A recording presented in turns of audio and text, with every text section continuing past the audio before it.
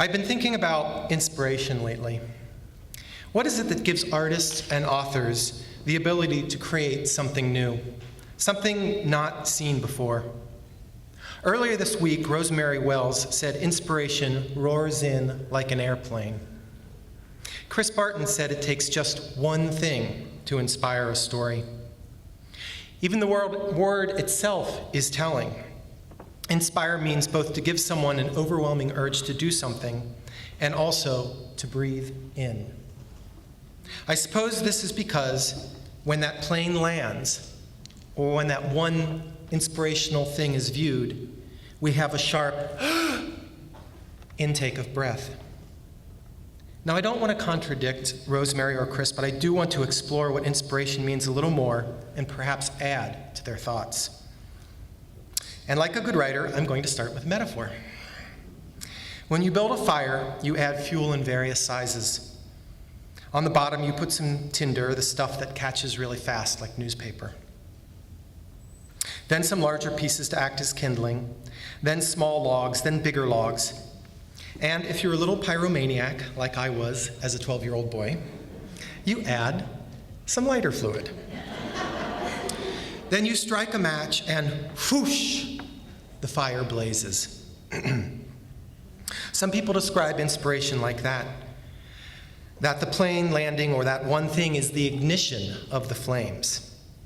But I think that's mistaking the match for the fire. I believe inspiration is more than ignition.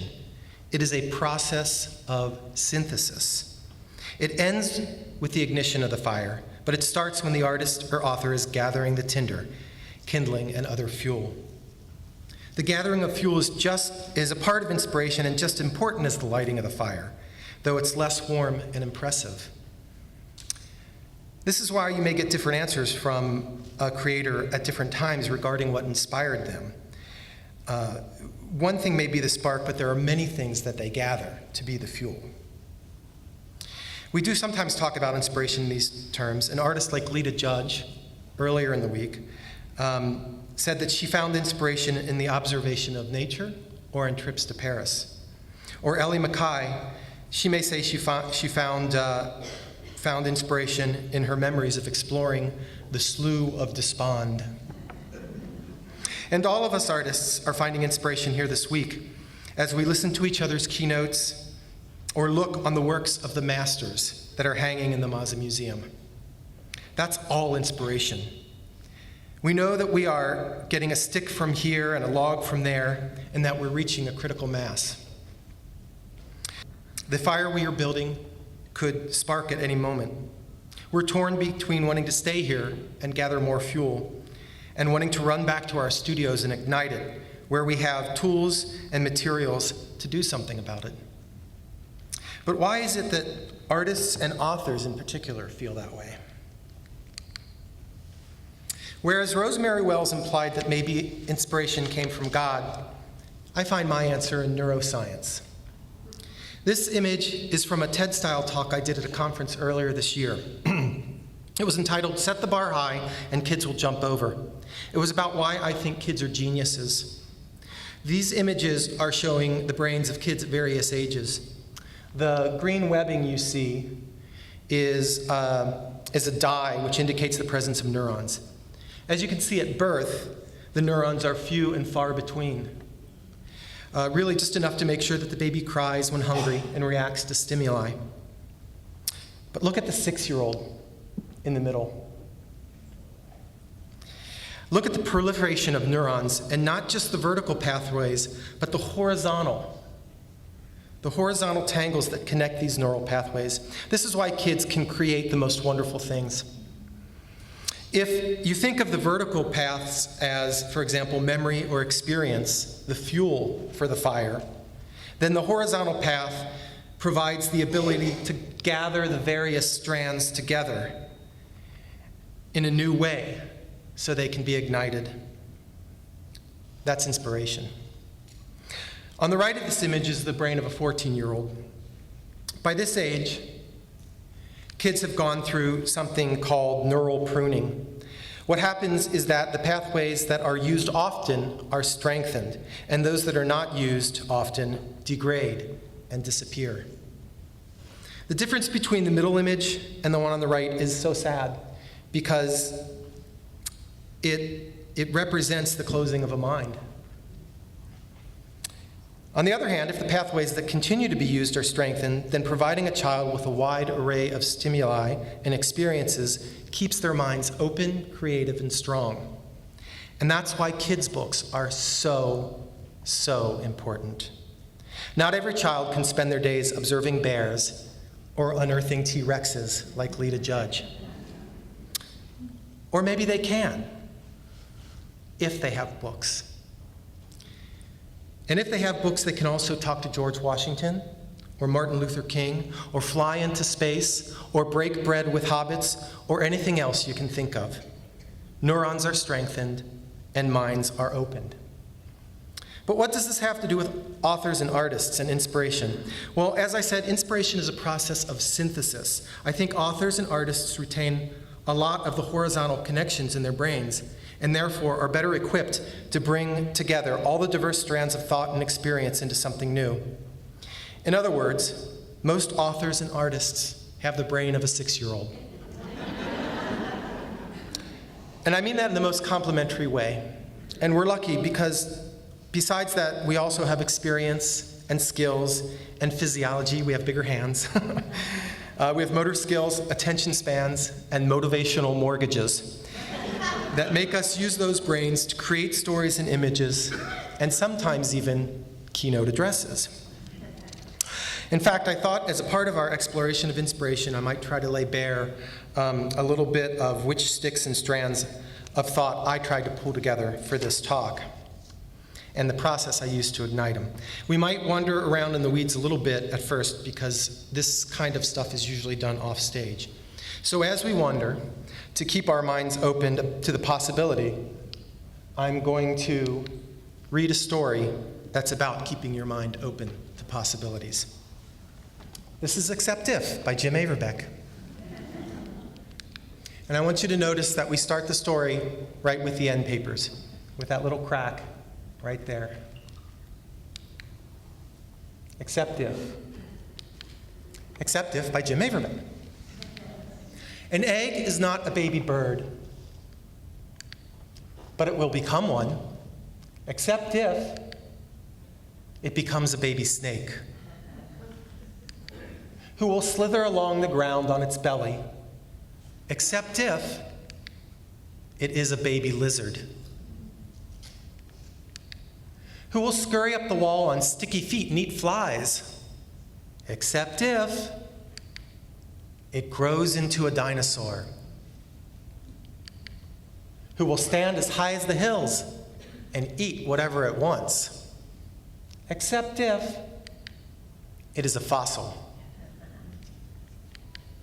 whose jaws will form a craggy cliff ledge, sharp and bare, except if it shelters a soft, downy nest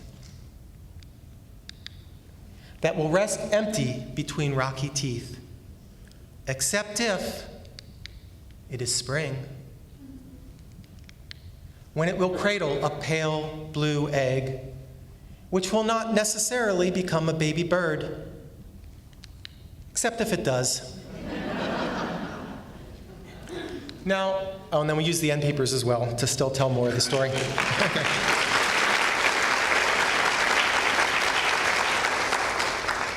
So I also want to throw in a little bit of like processing craft here. So I want you to notice about this story. The reason I started with it is because it's a circular story, right?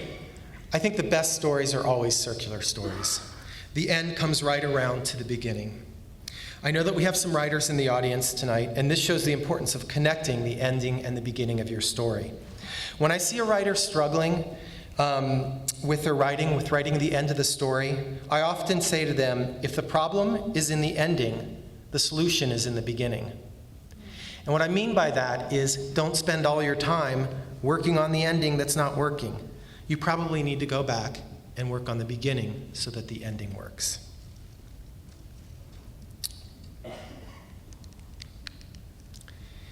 Memory, identity, family, story.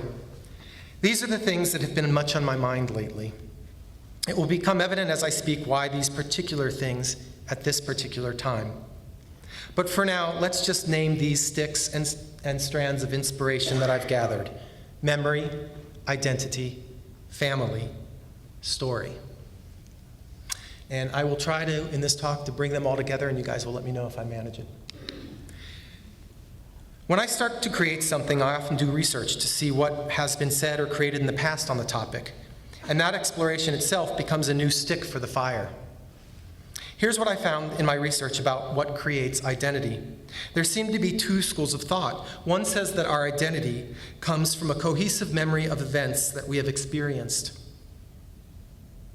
So I am who I am because I was born in Cincinnati, and I went to Catholic school, and I lived in the suburbs, and basically had the opposite experience of Lita Judge's. Another school of thought says that identity is defined by our relationships to the people around us. So I am a brother, a husband, a friend, and, as will be a bit of a focus in this talk, a son. Does anyone know the literary term, what the literary term is for events that happen in a book? It's a common term, I'm sure you've heard it. Events, the plot. And the people in the story? So identity, if it equals memories of events and relationships with people, is plot plus character. And plot plus character is story. So identity is story. Who we are is our personal narrative. And for authors and illustrators, I think our personal narrative also informs our work. Steve Light spoke in his talk of being bullied when he was young. Is it any wonder that his book's characters are often alone and looking for a friend, even if that friend is a dragon or a monster, with all the potential threat that those two creatures have? Understand, I don't think our work is necessarily autobiographical. I'm not saying that. But the themes from our personal narrative, our identity, definitely inspire our work. Here's where my personal narrative begins. I was born nearly 2 months prematurely. Even in the womb, I couldn't wait to get out in the world and find out who I was. This was in 1963, by the way, and 2 months premature was a bigger deal then. I was born into a big Italian family. My parents were married at 19. My mother has a high school education, and my dad has an associate's degree. They had 6 kids altogether. There are only 5 here because this is from my early childhood, and my younger brother, who will be very angry that he's not being included right here, he came quite a few years later. I'm this dapper young man right here. Is it any wonder that family is an inspirational element that runs through just about every book I've written? In fact, most of them are inspired somehow or another by my mother. Our family identity was traditional. Our father was the breadwinner and traveled often. Our mother raised us. So the first place my mother shows up as caregiver is in my first published book, In a Blue Room.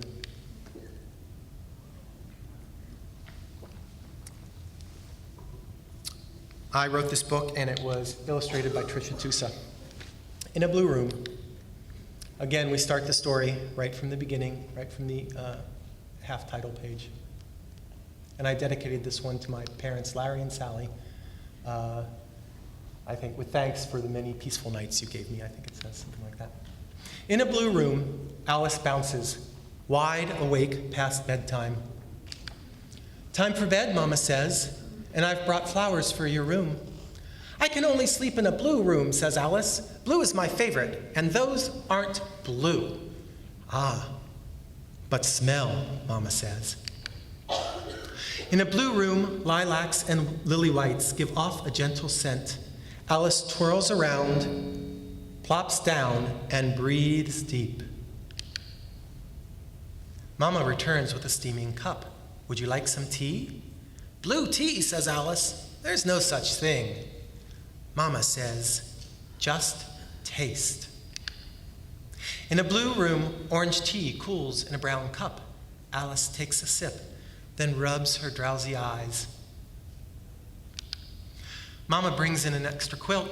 It's silky, soft, and warm. It isn't blue, Alice says. Mama whispers, touch. In a blue room, a quilt of red and green feels warm and cozy. Alice snuggles up. Mama tiptoes in. I have lullaby bells to sing you to sleep. Blue, sighs Alice. Only sleep. Blue. Mama smiles. In a blue room, yellow bells on black strings chime softly in the window breeze. Alice yawns. Almost gone. The moon, Mama, Alice murmurs. Mama whispers, here it comes. Click. Off goes the lamp, and in comes the moon, bathing everything in its pale blue light. Blue flowers, blue tea, blue quilt, blue bells, blue moon, and Alice, fast asleep, in a blue room.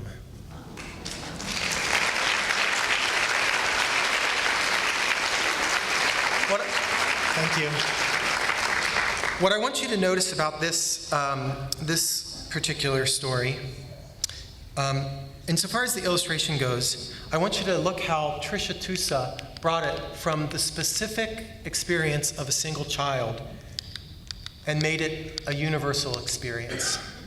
She did this. When I wrote the story, I thought, oh, you know, at the end it'll be in a blue room, and the aha moment of the moon coming in and turning things blue would be enough. It was Tricia's decision to pull out and to show the entire Earth, and therefore made the entire Earth the blue room. In this way, she brought every child on the planet into the blue room. That's some brilliant illustration work. That is bringing more to the story, which is exactly what you want your illustrator to do.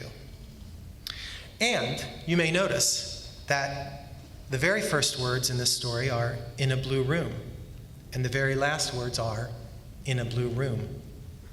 All stories are circular. My mom was not just a caregiver, she was my first teacher. Here she is at about the age I would have been when I would have gone to kindergarten. To start kindergarten in my school district, you had to be able to do two things. You had to be able to go to the toilet by yourself, and you had to be able to write your name. I will not subject you to any of my toilet training stories. I don't really remember them. But I remember clearly to this day, and if identity is part memory, then that's very significant that I remember this. I remember clearly my mother putting down the alternate ruled newsprint, you know, that cheap kind of paper with the big dotted lines that they give kindergartners, putting that piece of paper down in front of me. She put a pencil in my hand, one of those big fat ones that they give little kids, and to this day, I cannot figure out why, though kids' hands are so much smaller, they give them those pencils that are so much bigger. My mother taught me my letters. Stay within the lines, she said. Stay within the lines. She taught me to write my name. Stay within the lines. There I am with my, this is a little bit later, I couldn't find a picture. Believe it or not, my mother raising 6 kids was too busy to document everything she did raising us, so this is a little bit later. This is a fair approximation of my efforts. My mom celebrated with me when I succeeded. I tried, but I did have a difficult time staying within the lines. This will continue to show up as a theme for my entire life. Switching gears, this is a still shot of a movie I saw about 1 million times as a kid. It's called Mighty Joe Young, and it's about a little girl in Africa who raises a baby gorilla. She grows into a young woman, and the gorilla grows into a beast. Because I love this movie, I wanted so much to have a pet gorilla. My mother would often take me to a shopping mall that had a wishing fountain. I would save or beg a coin for this trip, and every time I threw it into the fountain, and I wished as hard as I could for a pet gorilla. I told my mother of this wish several times, thinking to prepare her for the new arrival, or at the very least to get her help in finding a pet gorilla. It is the great tragedy of my life that my mother did not fulfill this simple request. So my mother, in one word from Sophia, my mother, the teacher, shows up again. So did my mother, the strict disciplinarian, who denied me my pet gorilla. One word from Sophia, written by Jim Averbeck, illustrated by Yasmin Ishmael. This is a book that has a glossary with it, and I want to say that the kids love learning all the new words. One word from Sophia. Sophia's birthday was coming up, and she had 5 things on her mind: 1 true desire and 4 problems. Her 1 true desire was to get a pet giraffe for her birthday. The 4 problems were mother, who was a judge, father, who was a businessman, Uncle Conrad, who was a politician, and Grandmama, who was very strict. Sophia proposed her case to mother. I would like a giraffe, she said, because they burn less gasoline, so they meet federal regulations better than the cars we use now. In the last 50 years, no giraffes have been recalled for defective parts, and newer models have a particularly strong safety record. Also, giraffes have not been shown to be the cause of any major diseases. Giraffes are legal in all 50 states. And a giraffe could take me to ballet class and deliver me right to the 2nd floor. Her argument was accompanied by a compelling slideshow that included a map of the walk to class. I'm sorry, said Mother, in her decision, but I will have to rule against a giraffe at this time. You provided no proof that you were ready for pet ownership and failed to cite any laws about minors driving quadrupeds. And your argument was too verbose. Verbose? Asked Sophia. What's that mean? Too many words, said Mother.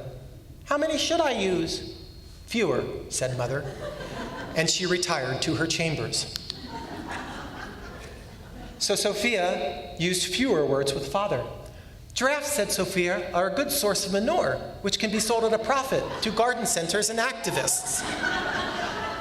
In short, people will pay me for poop. Her proposal was accompanied by a compelling graph showing how much money she would make. I'm sorry, said Father, but your business plan is unsound. You failed to take into account the cost of care and feeding of your manure producer, not to mention the warehousing of poop.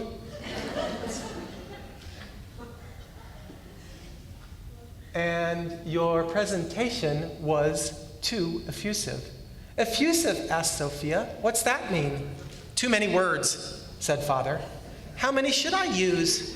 Fewer, said Father, and got back to his conference call. Sophia polled the other members of the household and presented the results to Uncle Conrad. Ballerinas should ride giraffes to school. Mr. Bunn strongly agreed. Tiger Eye strongly agreed. Pony Boy disagreed. Snaky Poo agreed. Ted somewhat agreed. 4 out of 5 respondents are in favor of giraffes, Sophia said. The results were accompanied by a compelling pie chart. I'm sorry, said Uncle Conrad, but your results indicate that being in favor of giraffe ownership would cost me support from the Pony American community. And your report was far too loquacious. Sophia didn't even need to ask. Finally, she approached Grandmama. She accompanied her plea with a compelling foot rub. Giraffe? No, said Grandmama, and do try to get to the point next time. In a last desperate attempt before her birthday, Sophia prepared to speak to everyone at once. She revised and shortened her proposition until it was just 1 word. Please!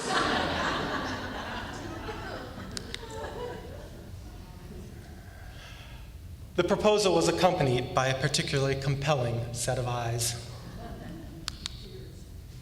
On her birthday, Sophia was delighted to find that short and sweet often brings results. 1 word really worked, she said. And 2 words came in handy as well. Thank you.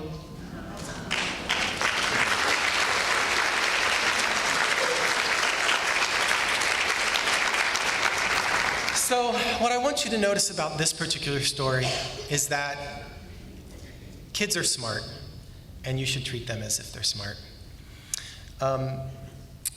This text, I think, does. I was a little despondent when it came out in June because it didn't make a blip. Most of my work has been reviewed in all the journals and everything. This one, it did get a little bit of attention, but not much, and I was really worried.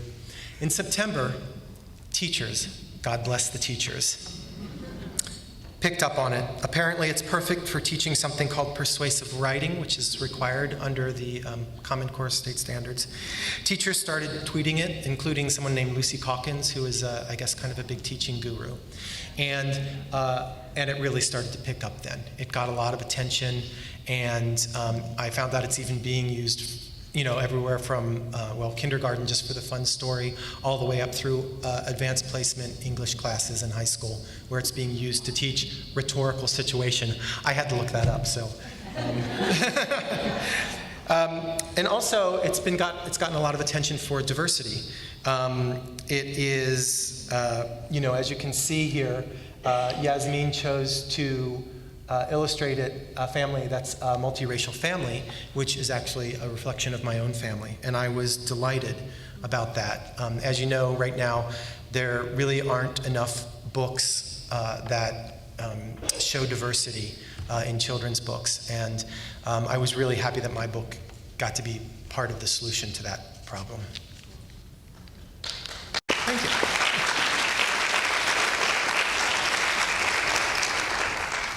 So, if identity equals story, it grew clear to me as I got older that my family's story was overwhelming my own. I felt a need to make a break, to get far away to find out who I was. Those lines I found so hard to follow seemed more and more to me like the bars of a cage, and I was the canary. But as I said, I tried to stay within the lines. Ultimately, I decided I needed to go somewhere where lines didn't exist to find out who I was. So I joined the Peace Corps. This is me at the airport as I'm about to leave for Cameroon. My mother's initial elation that I would be going and giving back of myself to the world in that way soon gave way to fear as she realized I would be half a world away, far from her vigilant protection for at least 2 years. And as it turned out, it was more like 4. In Cameroon, in West Africa, I became no one in order to become someone. And what I mean by that is because no one knew my story there, I had no identity beyond being a white American. I knew I wanted to be more creative, and the first thing I needed to create was a new self. Because I was no one, I was able to build a new identity from scratch. While in Cameroon, I worked on water projects. I built spring boxes, which is a way to bring and maintain clear water into villages. I also worked on a UN project to eradicate guinea worm, which is a crippling parasitic disease, and if you want to see something really gross, Google it. I experienced what it was like to be a minority. I saw how American media depictions of Africa were sometimes accurate, but were far more often woefully inaccurate. I learned French. I learned Boulou. In other words, through all these new experiences, my neurons got a great big shot in the arm. If my mind had ever been in any way closed, it was here that it was reopened. My African experience led to 3 stories. The first one was called Branch and Leaf. It was a very, very first story I ever wrote. I wrote it when I was in Africa. It's among the many sticks that made up the inspiration for it was, in fact, my last year in the Peace Corps. I was one of only 3 white people in a 53-mile radius. The story dealt with race and balance and unity and peace. And it got me a lot of attention from editors, including several meetings in New York with Arthur Levine, who, if you don't know, he's the American editor of Harry Potter. So you can bet I was happy about that. That story was not acquired yet, but I am still working on it, and I hope someday it will be. So I'm going to forgo sharing that one for now. It also got me a job doing an illustration for another book. How many people have heard of A Long Walk to Water by Linda Sue Park? Okay. If you're a teacher, you may have heard of it, especially. It's a New York Times bestseller. It's come on and off the children's bestseller list for every year because it's very popular in schools. So every school year, it goes back on the list. Linda Sue is a very good friend of mine, so good that I convinced her to pose for this prom photo with me at a conference we were both attending. She said, "What's a prom photo?" I said, "We're going to stand in front of this arbor of flowers, and I'm going to hold your hand, and we're going to gaze off longingly into the distance." So, she's a good sport, and she did it. Before her book, A Long Walk to Water, was a trade book that was available in school, it was a serialized novel that appeared in newspapers, and I was the original illustrator. It's a true story about Salva Dut. He is a child, a Sudanese boy, who was one of the lost boys of the Sudan. And if you don't know what those were, when the Civil War came to the Sudan in the 1980s, boys were being made into child soldiers, and many of them fled their villages, and they walked hundreds of miles, maybe even thousands of miles, across Africa from the Sudan into Ethiopia and Kenya. Salva grew up in refugee camps and was eventually lucky enough to get into a program that brought him to the US, where he earned an engineering degree, which he uses to bring clean water to villages in South Sudan. Linda Sue framed Salva's story, that's Salva, with the story of Naya, a Sudanese girl from today who has to walk miles and miles to get water for her village. Every day she has to do this. I chose to show Naya's story as a literal frame. In this culture, they make these little toys out of clay, and so clay is very important to their sculpture. So I chose to make the frame appear as if it's made out of clay, which is so important to their culture. Throughout the story, Salva wishes he could learn the fate of his father and mother. I wanted to show that tie to the mother through some physical thing he took. But the reality is, on the day he fled from school, the only thing he had was the shirt on his back. So I used this. In one of the chapters, Salva remembers with joy the joy of sharing mangoes with his parents. So I made his shirt orange to reflect the orange color of mango flesh. And I gave his mother a head wrap that was made from the same material. He uses the shirt in one way or another for the rest of his life, at least in my illustrations. Here he is on the trail going from Sudan to Ethiopia, and he had a friend who disappeared because he was stolen in his sleep by a lion.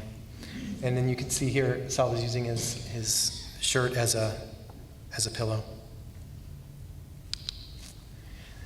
Here's the final image where the two stories come together. A grown Salva comes to Naya's village, and despite the fact that the tribes were normally feuding tribes, Salva is Dinka and Naya is Nuer. These are tribes that traditionally fought each other. In spite of that, Salva insisted on installing a well in the Nuer village.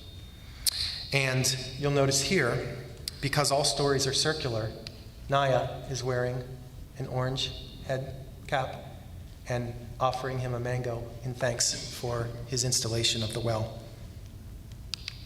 Another story that came out of my time in Africa was the market bowl. This one I wrote and illustrated. It's kind of a long story, so I'm not going to read it today, but I'm just going to tell you a little bit about it. The Peace Corps has 3 goals. One is to provide technical assistance to the host countries that we go to, and one is for us to sort of explain American culture or present American culture to host country nationals when we go there. That's the second goal. And the third goal is when we come back, we're supposed to do something that helps to explain the culture that we lived in to Americans. So the Market Bowl was my third goal book. In it, we have another mother, another appearance of mother. In the story, Yo-Yo doesn't follow her mother's guidelines about how to make the stew that they sell at market. And because of this, see, she has a really nasty stew. Those are flies going around. Because of this, she loses the blessing on the bowl that they use to collect money when they go to the market, sell their stew. And she gets very worried about it, and she determines that she's going to go and restore the blessing, get the blessing restored. So she goes to a local god. She travels out into the countryside to where this local god is, who is the one who would give the blessing. And she tricks him by finally following her mother's recipe and creating the most delicious bitter leaf stew in the world. She adds a little extra of her own stuff, though, because no one should be exactly like the generation before them. She offers it to the god, and then she tells him he has to, say a blessing on the food. And when he says, "Bless this dish," he's restored the blessing on the bowl. He snaps her back. She appears back in the kitchen, and from that day forward, their stew sells, and they have lots of money in their market bowl. So again, here you see a theme of being separated from the mother and coming back. It shows up in almost every one of my stories. Clearly, my mother was one of the main inspirational threads of my stories. I went to Cameroon to change my identity, to rewrite my personal story, and boy, did I ever.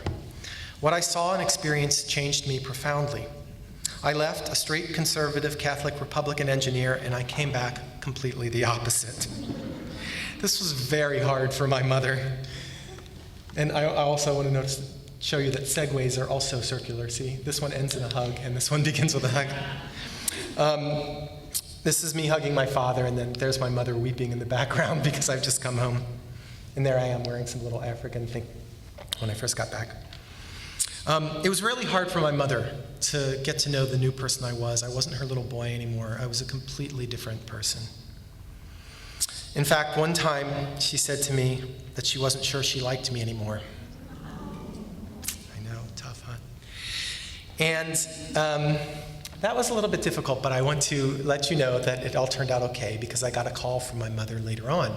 Now, my mother is very Catholic, and she called me and she said, "Jim, I'm on a retreat." And I said, "Oh, that's great, Mom." And she said, "And I had a vision." I said, "Really? What's the vision?" She said, "Well, the Blessed Virgin Mary came to me." And I said, "Really? The Blessed Virgin Mary?" And she said, "Yes. The Blessed Virgin Mary came to me, and she was holding a little baby. And she came up to me, and I thought, surely the baby must be the baby Jesus." And then my mom said, "But when she handed the child to me, it wasn't the baby Jesus, Jim. It was you." And she said, what I learned from that, or what she took from that, was that the Virgin Mary was telling her that she hadn't accepted me and that she should. And I was very moved by this. Leave it to my mother. At the time, the Pope and the Church had something to say about people like me, and my mother had to get the word from a higher power, and she did.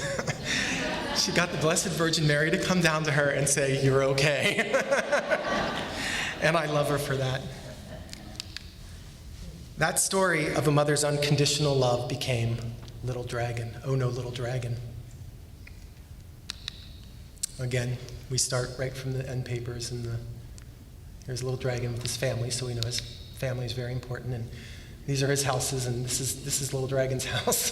So you can tell that fire is going to be important here.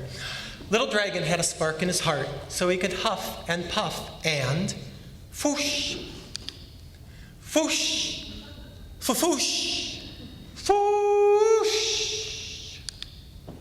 "Oh, Little Dragon," Mama said, "I truly love your flame, but look how sooty you are. Time for a bath." "Oh no, I hate taking baths," Little Dragon said. "You can play with your new wooden boat," said Mama. "Okay," grumbled Little Dragon. "Grrr," Little Dragon growled, "you are toast." Then he huffed and he puffed and whoosh, whoosh, Dragon Fire Department to the rescue! Cannonball! Ha ha ha ha ha! Glug! Oh no! The water doused Little Dragon's spark. He huffed and puffed and huffed, but not a flicker of flame would come out. Little Dragon thumped his heart and rubbed his tummy to restart the spark, but oh no, that only gave him cherry belly. So Little Dragon bundled into every stitch of winter clothing from his closet, but oh no, that only made him all sweaty. Little Dragon dashed to the kitchen and ate the 3 hottest chili peppers from the bowl. But, oh no, that didn't restart the spark in his heart. It only made his eyes water. And they wouldn't stop. Plink, plunk, blop. Why are you crying, Little Dragon? Mama asked. Because, Little Dragon said, if I don't have my flame, you won't love me anymore. Oh no, Little Dragon, Mama said, I could never stop loving you. Because you are the spark in my heart. Then she kissed him on his freshly scrubbed snout. Little Dragon felt warm inside. Warm inside? Could it be? Oh, yes! Little Dragon huffed and puffed and foosh, foosh, foosh. Oh no! Sooty again! I always ask kids, what's this mean? They say, he has to take a bath. And I said, do you think he'll be prepared this time? And they say, I don't know. And I say, he will be. Foosh.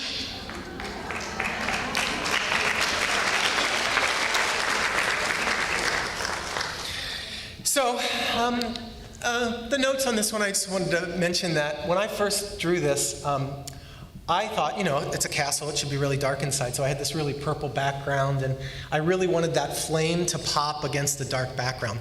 So I gave this to my editor and my art director, and they came back and they said, well, would you consider, they do this kind of thing. Art directors and editors, they kind of like, well, would you consider, do you think, and I said, look, I'm not very good at subtlety, so if you have something to say, just say it. And she said, you mean you want me to tell you that we think it's really ugly? And I said, yes. And she said, we think it's really ugly. And I said, okay. So when I was exploring what other colors I might use, I ended up having one time where I had no color at all. And I thought, you know what, that kind of works. Just to have sort of an indication of the castle in the background rather than it being so dark. And I still wanted the color of the flame to pop. And that flame, everybody always asks me, how'd you make the flame? I did that in Photoshop, and it's about 20 layers of things to make that flame. And believe it or not, the main layer is actually green, but because the way you layer things in Photoshop, it shows up differently when the color comes through, and that's why it gets that bright kind of pop. The bright kind of pop it has in the thing. So anyway, the lesson there is you got to have a thick skin if you're going to be a writer and illustrator. Not long after I got back from Cameroon, I moved to San Francisco. I lived there for 22 years. I try to see my parents at least once a year, though I haven't always been successful. And I will say I took them on a European cruise, and then a week to Sicily, which is the mother country of my mother's family. And my parents have come to San Francisco once or twice, I guess. I'm the only one of my parents' 6 kids to move away from Ohio. Every time I go home to visit, my mother asks me if I might be ready to move back. I never have been. Just like that day that I was prematurely born, I prefer to get out and get on my own. All stories are circular. I'm a San Franciscan now. I'm married, and I found a new family in my partner and in my writing friends, particularly this bunch. We call ourselves the Revisionaries, and we are Jim Averbeck, Gianna Marino, Karen Earhart, Maria Van Lieshout, Lynn Hazen, Juji Morales, and Ari Chung. You may have heard some of those names. We started out all as unpublished authors, and now we have all have many books to our names, many awards. In fact, Juji just won a Caldecott honor, I think last year, or maybe 2 years ago. So this is my family and my identity now.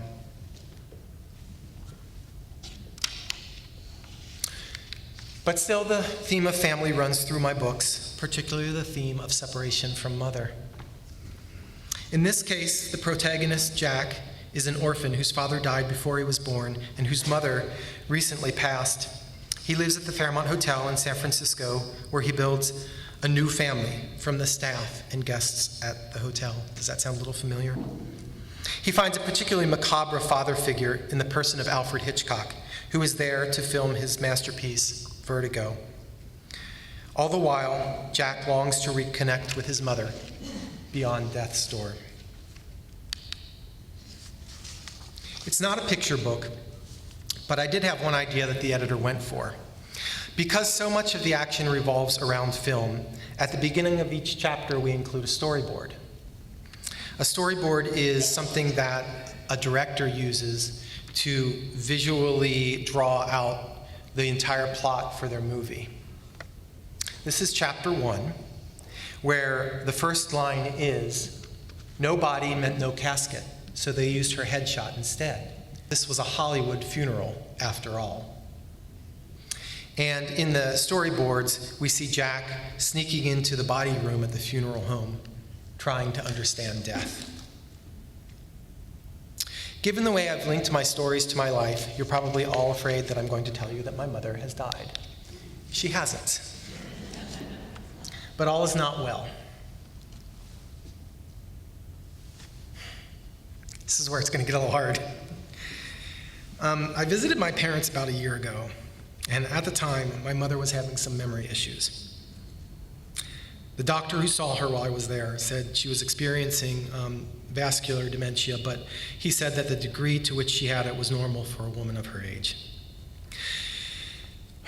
One of the problems of living with far away from your family is that when something major happens, it could just be that each of the siblings thinks one of the others has informed you of it.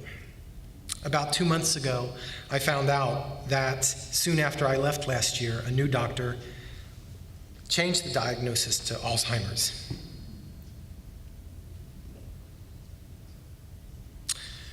And that the disease has progressed rapidly since then.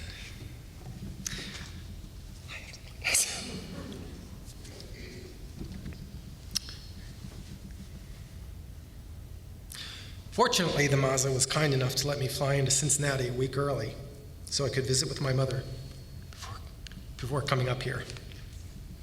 I admit that I approached the visit with some dread.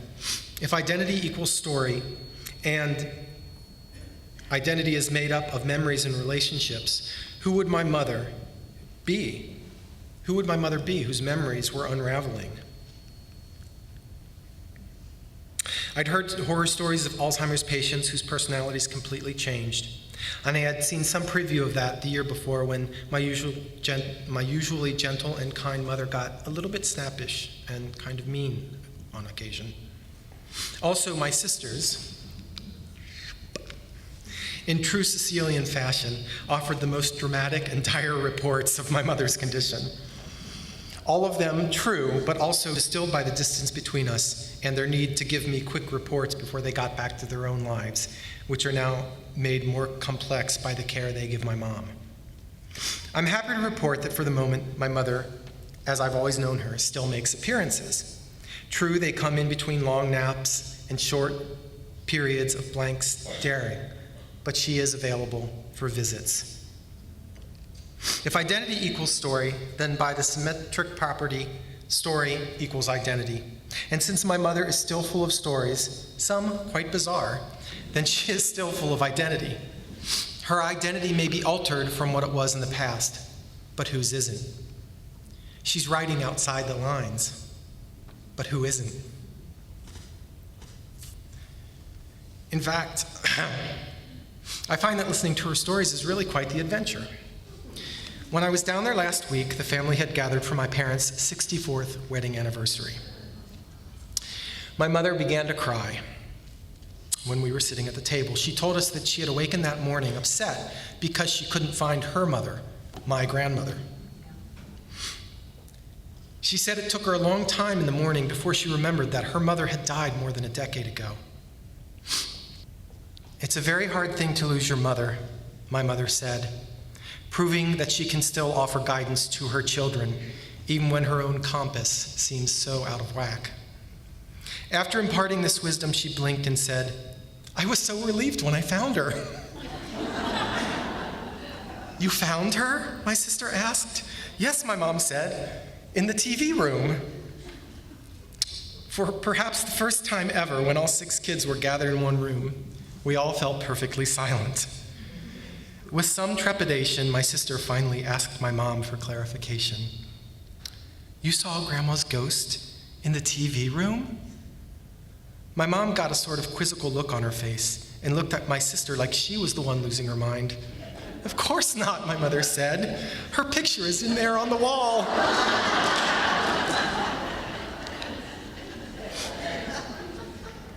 I don't yet know all about the causes of Alzheimer's or the progression, but it's clear to me that my mother's mind, or at least what she can access of it, is moving back towards the image on the left.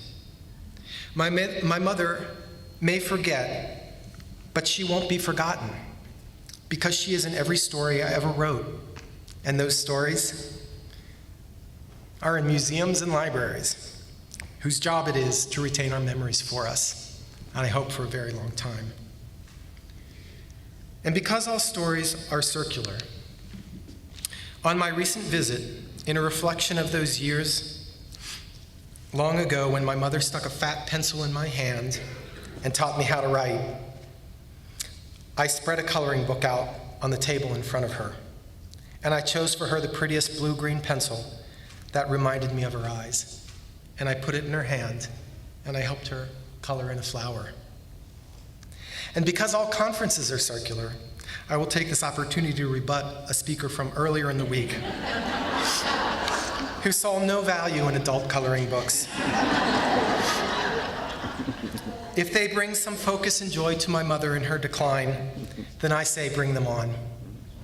In fact, if they bring any person a step closer to the creative identity they've always wanted, I say bring them on. We all start our creative journey by staying inside the lines before we figure out we can break them. I have one more story I'd like to share with you. It's unpublished, premiering here for the first time at the Mazza.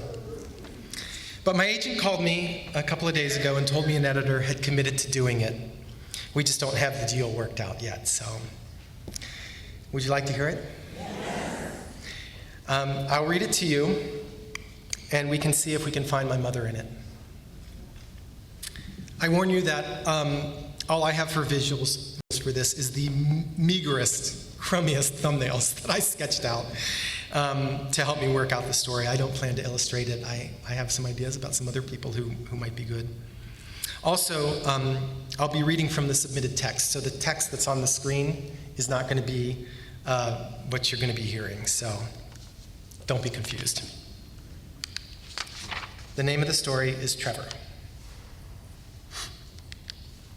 Trevor stretched his wings the width of his safe, boring cage.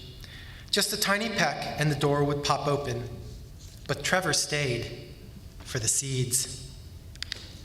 He coveted the stripy ones. He saved them for the loneliest days.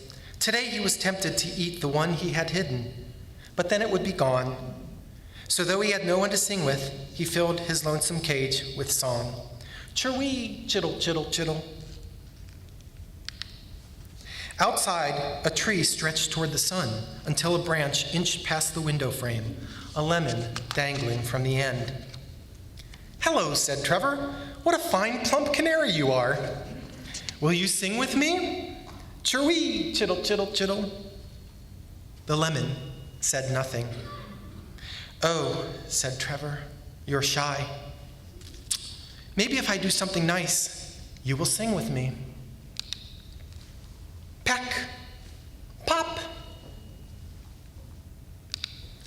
Trevor pinched his treasured seed in his beak and flew out the window. He deposited the seed on the branch. "I've brought you a present," he told the lemon. The lemon remained silent. "I like presents too," said Trevor expectantly, but the lemon offered nothing.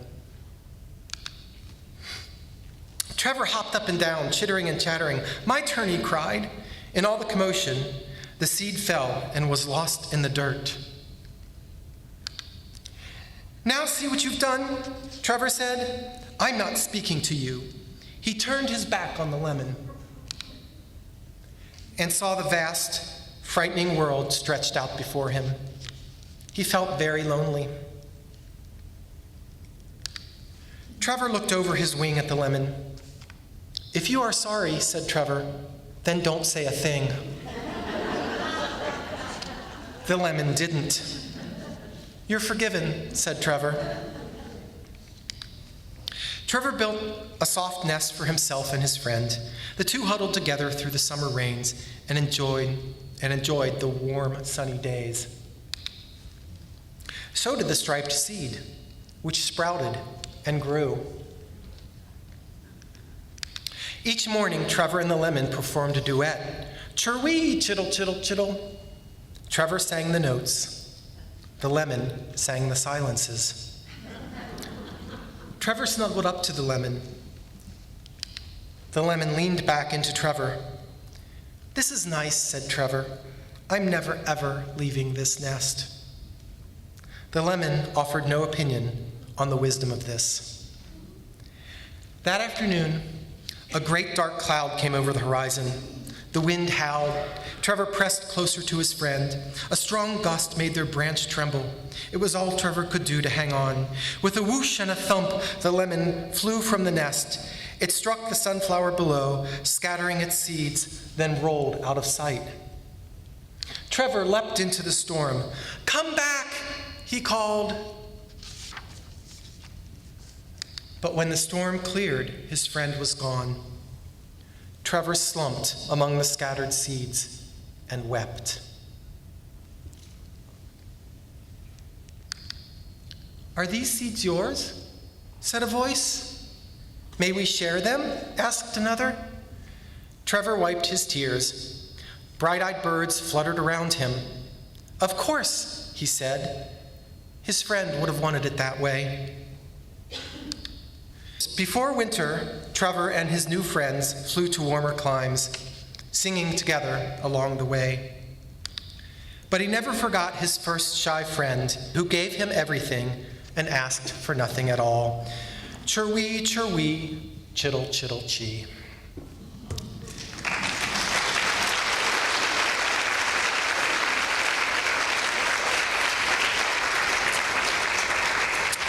I think I asked myself, did you find my mother in there? Yeah. I know where I find her, in the very last line.